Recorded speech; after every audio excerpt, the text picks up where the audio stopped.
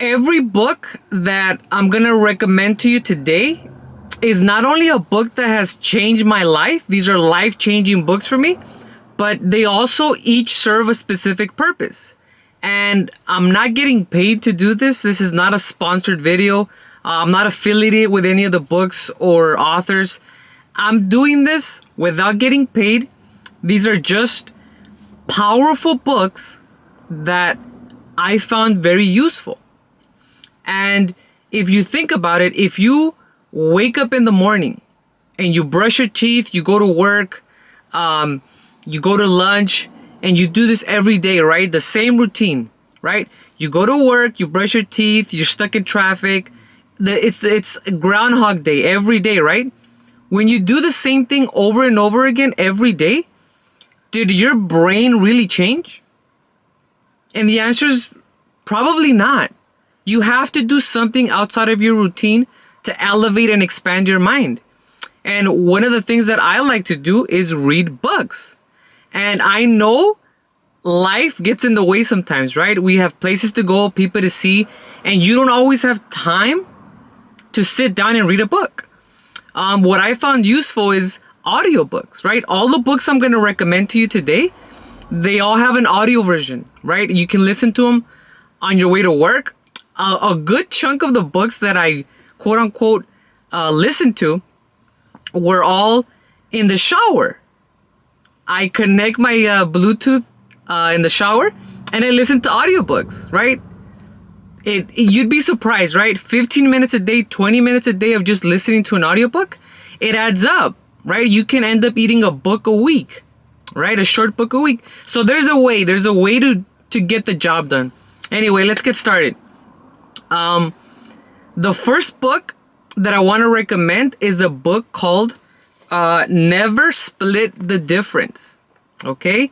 Let me see if I can. There you go. Never Split the Difference by Chris Voss. Okay? This book has pretty much paid for itself. This book has saved me and made me more money than what I paid for. Okay? Let me tell you how this is useful. This book was written by a gentleman named Chris Voss, and he's a former FBI negotiator. A former FBI negotiator, hostage negotiator. So in his career, he dealt with a lot of crisis situations, life and death situation. It was his responsibility to negotiate with the criminals so they can release hostages.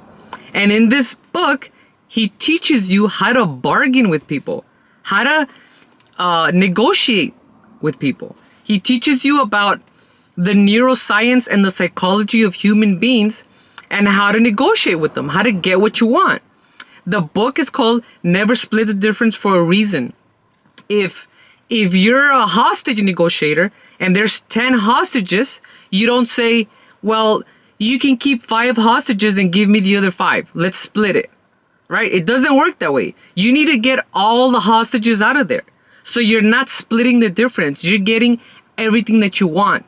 And it's not about manipulating people. This is about tactical empathy, and being able to use strategies that will help you coexist with people. Okay? Life is one big giant negotiation with your spouse, with your coworkers, your boss, negotiating for salary. I didn't know how much of our lives really depends around negotiating. The US government has spent millions of dollars paying hostage negotiators, training hostage negotiators, and teaching them what the most effective ways are to negotiate. Now, mind you, they're negotiating with unreasonable people, right? People that are pretty much criminals, right? And you have access to these strategies in a simple book, right? It's all there. It's all there for you. Chris Voss also has his own company called Black Swan Group, I believe. Phenomenal guy. Again, I'm not getting paid to say any of this. Check out the book. It's an amazing book. You have to learn how to negotiate. It's just a necessity. Moving on. The next book is a book called Rich Dad, Poor Dad. Okay, this is a popular book, and it's a popular book for a reason. It's a finance book. This is a book written by Robert Kiyosaki, Rich Dad, Poor Dad. And even though it's a finance book, I was very hesitant to read it because when you think of a finance book, the first thing you think about is, data, charts, math, a lot of dry stuff. You're talking about money, but it doesn't seem like it's going to be exciting. It's just more like studying, right? Studying charts, all that jazz, right? But this book, Rich Dad Poor Dad, is very different. This book is a finance book, and it's written in a narrative format. It's a story. It's a true story. Okay, this is not a fictional story. It's a true story about a man named Robert Kiyosaki who grew up with a rich dad and a poor dad. His poor dad was his biological dad, and the rich dad was a man who he got a guidance from. He was one of his mentors growing up and taught him how to make money, right? When I first read this book, it wasn't a data dump. It wasn't like a lot of information. It was more of a mindset, okay? When I first read this book, I felt like I had been unplugged from the matrix. It completely changed the way I looked at money. And I think a lot of people who read this book, they're not going to be as surprised. They're like, oh, I already knew this. And perhaps that's true. But for me, when I read it, it was an eye-opening experience. It was like the curtain had been lifted. My dad, he was a blue-collar worker his whole life. And he made minimum wage his whole life. I never saw him invest in money. I never saw him do anything that was entrepreneurial, like an entrepreneur mentality. I didn't grow up with that. And when I went to business school doesn't teach you this.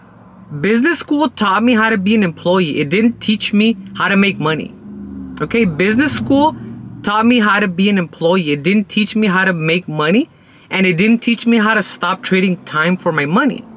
Okay, if your money comes from a 9-to-5 job, right? If you get paid for doing a job, then the amount of money that you get is limited to the amount of hours that they give you. So if you're working 40 hours a week, even if you work overtime, the amount of money that you get always depends on the amount of hours that they're going to give you, right? Your employer. You have to find a different way. And when you get a paycheck, your brain shuts off. When you get a paycheck, your brain shuts off. You don't feel like you have to do anything else because your rent is covered, your utilities are covered, you're good to go, right? This book teaches you a different way of looking at finance, okay? Moving on. The next book, I love this book, okay? The next book is called The Power of Now, okay? This book, The Power of Now, I don't know if you can see that. There you go. The Power of Now by Eckhart Tolle. I read this book well over 10 years ago. And I always find myself coming back to this book even after I read it. When I first read this book, I was going through this horrendous, catastrophic depression.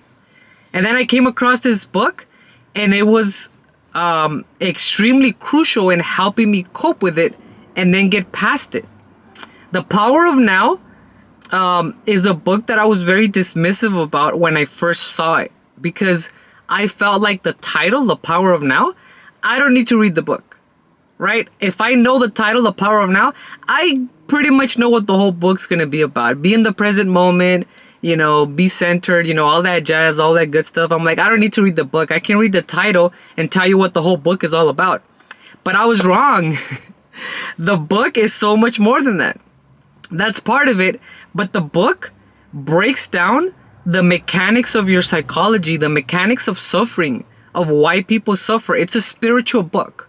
Okay, it's not for everybody, but it's such a powerful book. It's by far my favorite book. Okay, even though it's been 10 years since I read it, I find myself rereading it because you pick something new every time you do so. So it's a spiritual book. It's not a religious book. Okay, this is not a creed. They're not speaking for or against religion. This is a spiritual book that anybody can read. I've gifted this book to others. They love it.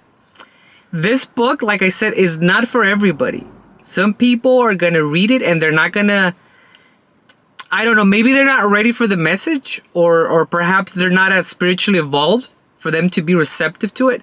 But if you pick up this book and it's not for you, there is another book that I can recommend that's very similar. And that book is a lot more practical. It's a lot more easier to understand. There's not as many metaphors. It's easier to digest in a way. There's another book similar to it with the same message. Don't miss out on the message. I think the book is called The Untethered Soul. The Untethered Soul, and I believe it's by Michael Allen Singer, if I'm not mistaken. So The Untethered Soul is a good substitute book that you can read if you read The Power of Now and it doesn't feel right. Like I said, it's not for everybody. It's definitely for me. It's my favorite book. It has been since the day I read it. And it seems really hard for a book to top that book.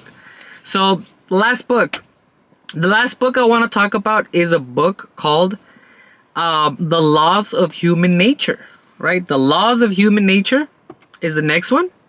Let me put that up. We might get a bit of a glare here. Let me see. I don't know how's that.